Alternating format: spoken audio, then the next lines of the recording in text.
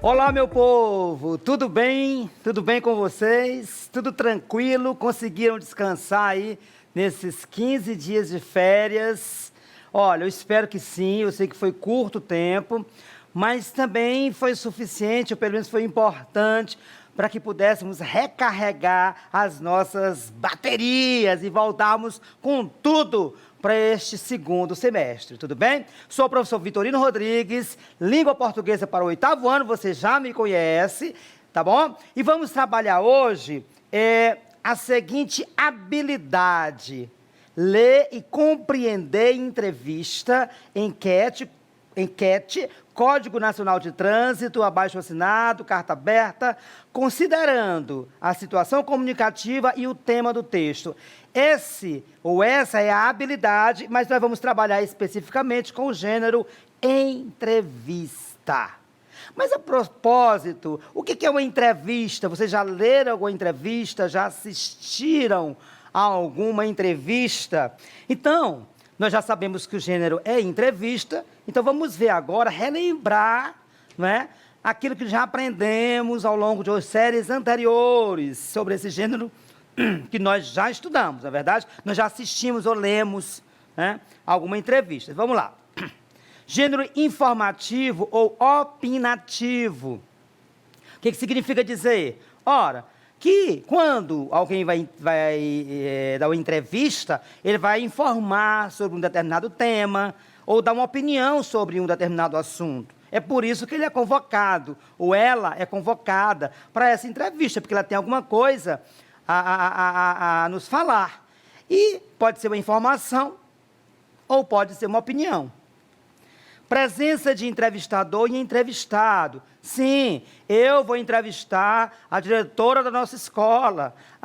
Eu quero saber como é que a escola conseguiu se manter os alunos presentes ali durante a pandemia, que estratégia a diretora utilizou, que nível de desempenho os alunos obtiveram. Então, eu vou fazer as perguntas, elaborar essas perguntas e vou procurar o diretor da minha escola, que vai ser o meu entrevistado, ou seja, a quem eu vou fazer as perguntas, tudo bem?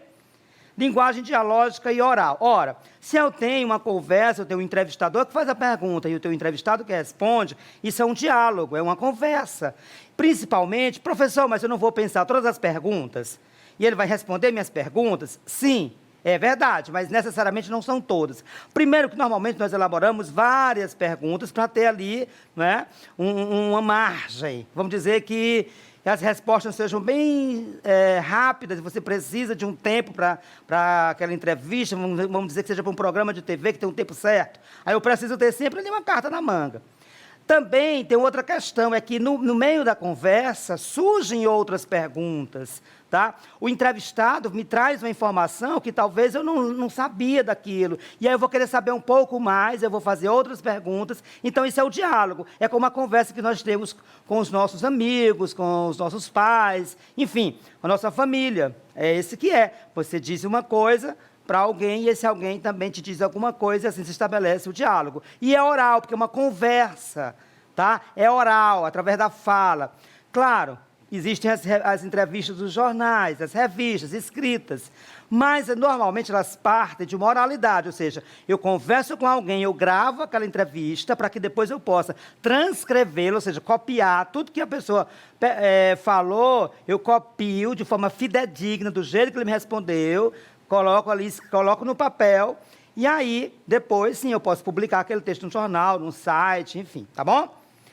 Marca do discurso direto e da subjetividade. O que é o discurso direto? O discurso direto é aquele em que nós falamos diretamente. O personagem fala. Na narrativa, por exemplo, na crônica, no conto, o personagem está ali. Oi, tudo bem? Eu posso passar na tua casa amanhã?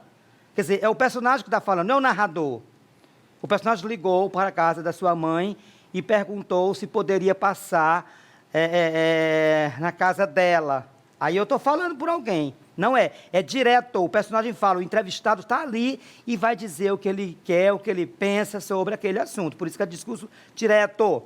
E a subjetividade é porque é pessoal, né, gente? É o subjetivo.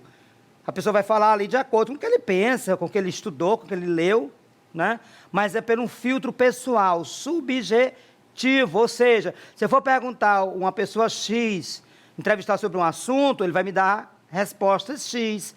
Se eu vou fazer entrevista sobre aquele mesmo assunto a uma pessoa Y, ela vai me dar respostas Y, porque vai depender de suas vivências, tá? Por isso que é subjetivo.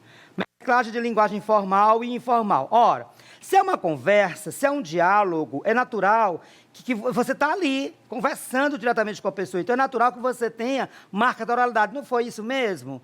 Você também não acompanhou, não? Você não viu? Então, existem ali marcas da oralidade. Mas, dependendo do grau, vamos dizer assim, da formação daquela pessoa, da escolaridade daquela pessoa, da situação comunicativa daquela entrevista, qual é o momento daquela entrevista, você pode, sim, utilizar também da linguagem informal. Você sabe que vai ser publicada numa revista, é uma entrevista de emprego, é uma entrevista que requer um certo padrão de linguagem, aí você utiliza a linguagem formal, tá bom? Por isso que mesmo que haja uma predominância da linguagem formal, porque são pessoas que têm um registro mais formal da língua, né? Por exemplo, um escritor, enfim, algo assim.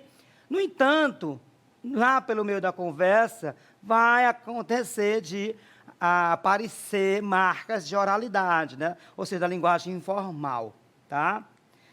Suporte, ou seja, onde é que eu vou ler entrevistas, vou assistir entrevistas, rádio, TV, jornais, internet, etc. São os espaços onde você vai encontrar uma entrevista, tá bom? Bom, de acordo com o número e a função de seus integrantes, essas entrevistas podem ser individuais, ou seja, eu, professor Vitorino Rodrigues, vou lhe entrevistar, você que está me assistindo agora, nesse momento na sua casa. Francisco, como é que você tem compreendido as aulas da TV? Você consegue acompanhar as atividades? Você consegue compreender a aula que o professor transmite para você através da televisão? Enfim, você consegue acompanhar o aplicativo? Ele funciona? Não funciona? Como é que você acha que poderiam melhorar essas aulas? Eu estou entrevistando ali, professor Vitorino, nesse momento estou perguntando para você que está aí na TV, na sua casa, me vendo pela TV. Então, é um entrevistado e um entrevistador, ou seja, uma pessoa entrevista e a outra é entrevistada. Pode ser coletiva, já viram? Os políticos, principalmente, né? Existem muitos jornalistas, enfim, TVs, que querem, né, saber de um determinado programa de governo, sobre determinado assunto que é uma unanimidade no país, ou no estado, no município. Então, eles se reúnem para ficar em cada jornal, em cada TV, ali, e ali eles fazem as perguntas. Então, são vários entrevistadores, né? Várias pessoas entrevistam a mesma pessoa, tá? Nós chamamos de entrevista coletiva. Nós temos as enquetes, que são várias pessoas que são entrevistadas a respeito de uma questão, um determinado assunto que está acontecendo, uma pesquisa, sei lá, e liga, faz a enquete sobre um determinado assunto, sobre um determinado tema, enfim. E aí nós temos aí várias pessoas que são entrevistadas. É o contrário da coletiva. A coletiva, uma pessoa é entrevistada para vários entrevistadores. Na enquete, várias pessoas são entrevistadas por um único entrevistador, por exemplo, por um instituto de opinião pública, uma coisa assim, tá? Em uma entrevista informativa, o objetivo é obter dados, pedir esclarecimentos, completar informações. Você vai, por exemplo, um repórter, ele entrevista, vai escrever uma notícia, uma reportagem, ele precisa saber detalhes daquele assunto, daquele fato, né, que vai gerar aquela notícia, aquela reportagem. Então, o objetivo é obter dados, é esclarecer para que ele possa ser fidedigno ao fato, ao que aconteceu, não vai inventar, não é verdade? A entrevista é formal, estruturada, tem uma estrutura, às vezes tem um título, às vezes tem uma apresentação ali, onde você fala mais ou menos sobre o entrevistado, sobre aquela situação da entrevista, e aí seguem as perguntas e respostas, tá certo? O entrevistador segue um conjunto de questões previamente definidas para garantir que todos os tópicos de interesse sejam abordados. É por isso que é necessário um planejamento. Eu não posso chegar assim, sem pensar nada, sem escrever nada, e vai fazer a entrevista, porque às vezes você para num assunto só e deixa de desenvolver outros subtemas, né, relacionados àquele que você quer noticiar, e aí, enfim, quando terminou o tempo, você não tem exatamente material suficiente para um bom trabalho, para uma boa publicação. Tá? Então, tem que estruturar realmente, dissecar aquele tema, para trabalhar sobre vários aspectos e ficar uma entrevista bem bacana para o seu público. É conduzida pelo entrevistador, que procura não dar opiniões. O ideal é que o entrevistador deixe o entrevistado falar. Tá? Não é o entrevistador não vai chegar lá e dar a opinião dele. Tudo bem, pode acontecer, mas não é o ideal. O ideal é que ele tenha ali uma certa imparcialidade, deixe o entrevistado falar suas opiniões, seus pensamentos. As palavras proferidas pelo entrevistado e o entrevistador são transcritas de maneira fidedigna. O que é fidedigna? Fiel. E, portanto, pode haver muitas marcas de oralidade. Lembra? Não é? Não, que dia foi isso? Não foi? Hein? Oi? Né? São marcas de oralidade que você tem nas suas conversas diárias. Pode haver muito disso. E bem como observações, geralmente de parênteses, tipo risos, uma pausa para tomar um café, para fazer um lanche. Existem algumas informações que acontecem durante as entrevistas, tá? Porque são situações de comunicação assim, dentro de uma certa informalidade, né? Você às vezes recebe na sua casa, mas é sempre você tenta deixar o entrevistado de uma maneira bem confortável, à vontade, para que ele possa falar bem sobre, né? Não se sinta pressionado, enfim, que ele fique relaxado para falar, desenvolver aquele tema que você quer. No entanto, é notório um tipo de formalismo nas entrevistas exposto pela linguagem utilizada entre ambos, com a apresentação de um discurso coerente. Quer dizer, existe um certo formalismo exposto pela linguagem utilizada entre as pessoas. O entrevistador, ele tem um grau de formalidade, o entrevistado também. Então, isso cria um certo formalismo, tá? Por isso que a gente fala nessa mesclada da linguagem formal e informal, porque isso vai depender do contexto em que essa entrevista é realizada, de acordo com o grau de formalidade do entrevistado, do seu grau, inclusive, de como você cria aquele ambiente de entrevista, se você se sente mais à vontade para ficar, né? Estar mais à vontade com o entrevistado, tudo isso depende, é relativo.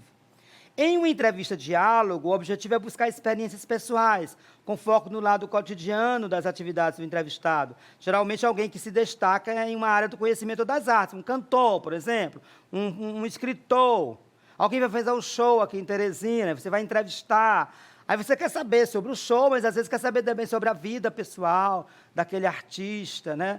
Enfim, então, a entrevista é mais informal e livre, quando é uma entrevista-diálogo, mas se mantém num foco específico. Não vai sair perguntando tudo que vem na sua cabeça. Existe um roteiro, existe um foco, né?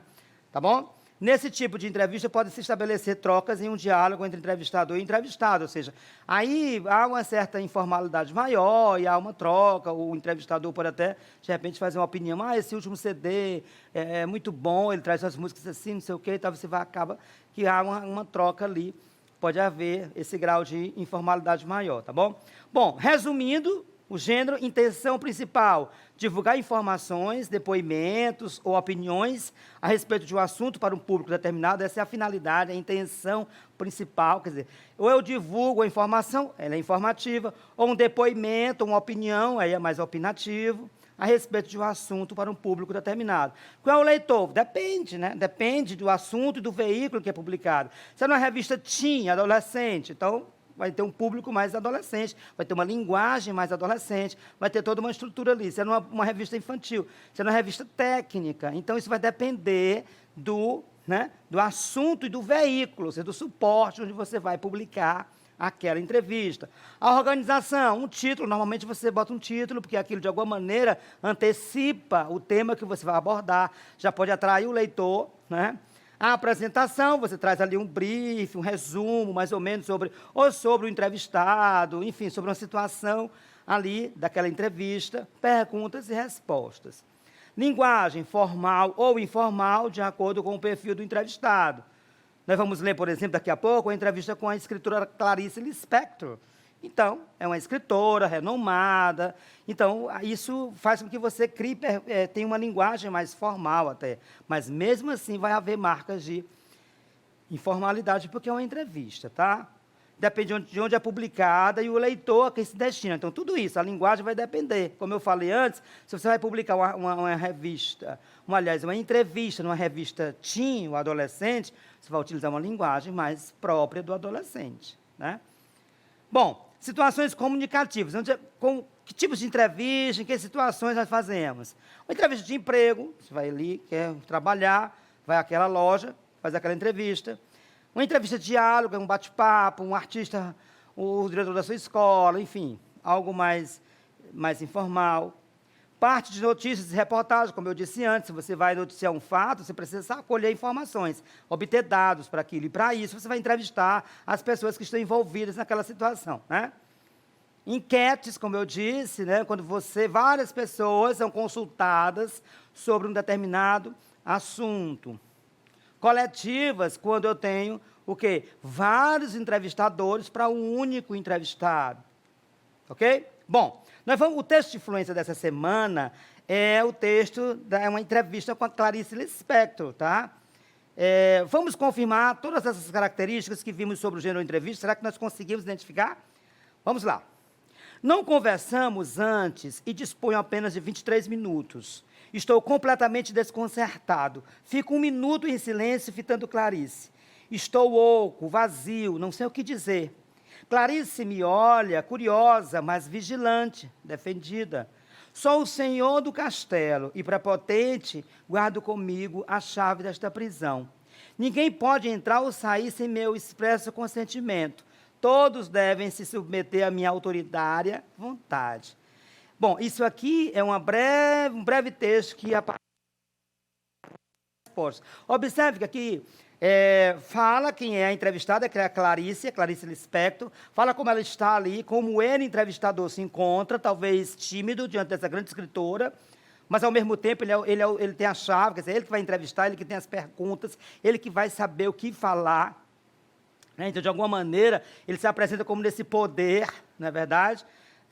Ninguém pode entrar ou sair sem meu expresso consentimento. Então, observe que é uma apresentação, não é? Quer dizer, apresenta de uma maneira mais poética, mas é uma apresentação em que ele coloca para o leitor essa situação aí em que vai acontecer a entrevista. Compreender o que nós chamamos de apresentação, você traz ali uma informação geral sobre, né, o que vai ser tratado, ou pelo menos sobre a pessoa, ou sobre a situação em que aquela entrevista vai acontecer.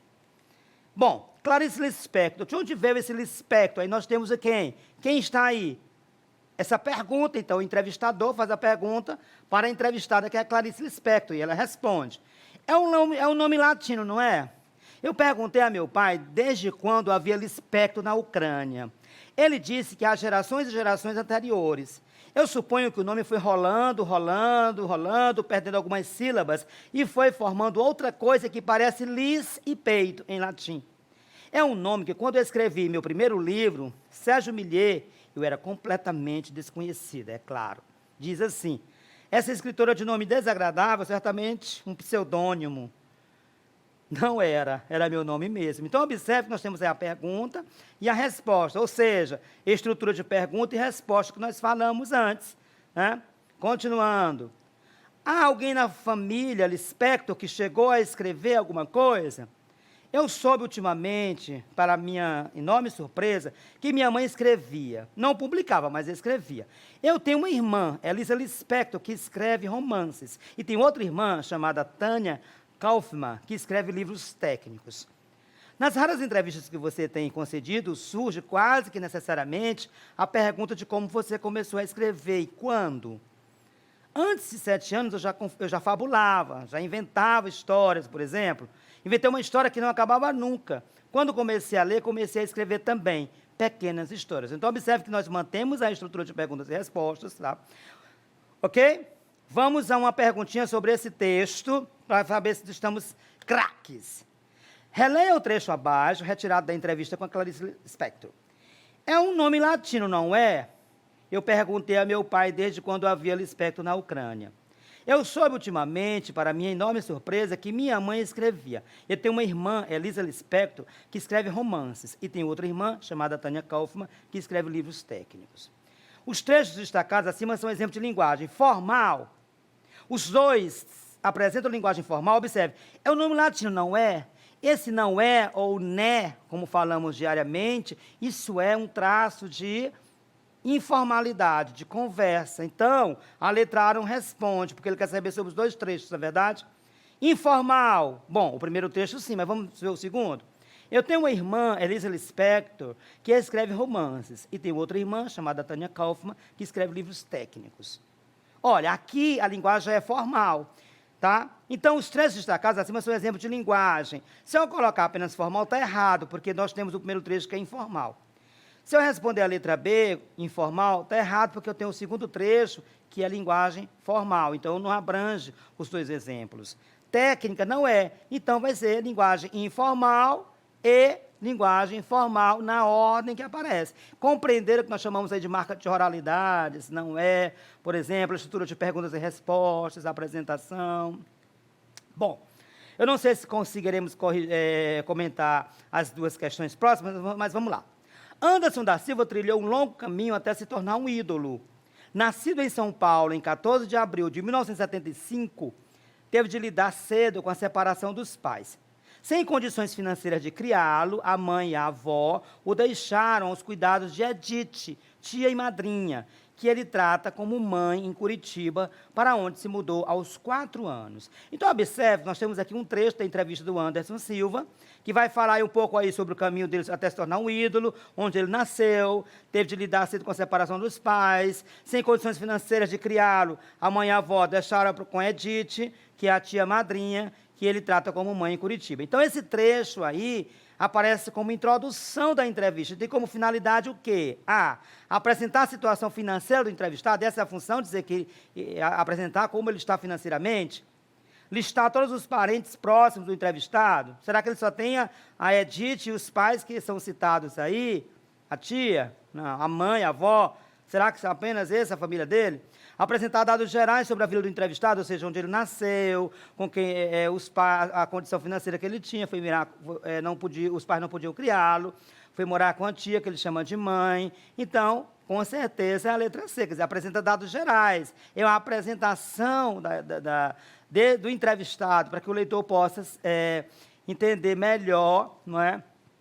Um pouco da vida dele e possa, então, compreender melhor a entrevista, tá? Mostrar que o entrevistado era filho de pais separados, isso não é um objetivo, tá? É uma informação que está aí, mas não é a informação principal, tá bom? Olha, nosso tempo não vai ser suficiente para responder as outras questões, mas eu acredito que vocês entenderam o que é entrevista, a estrutura de uma entrevista, tá?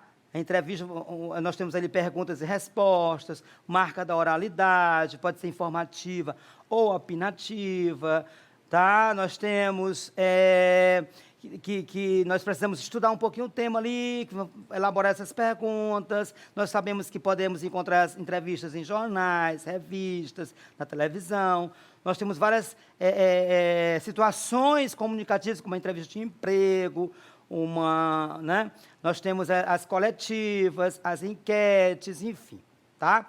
Então, nós vamos encerrar por aqui. Espero que vocês tenham compreendido, mas se não, levem as dúvidas ao seu professor na sua escola, tá bom? Fiquem em paz, fiquem bem e até a nossa próxima aula. Obrigado. Tchau, tchau.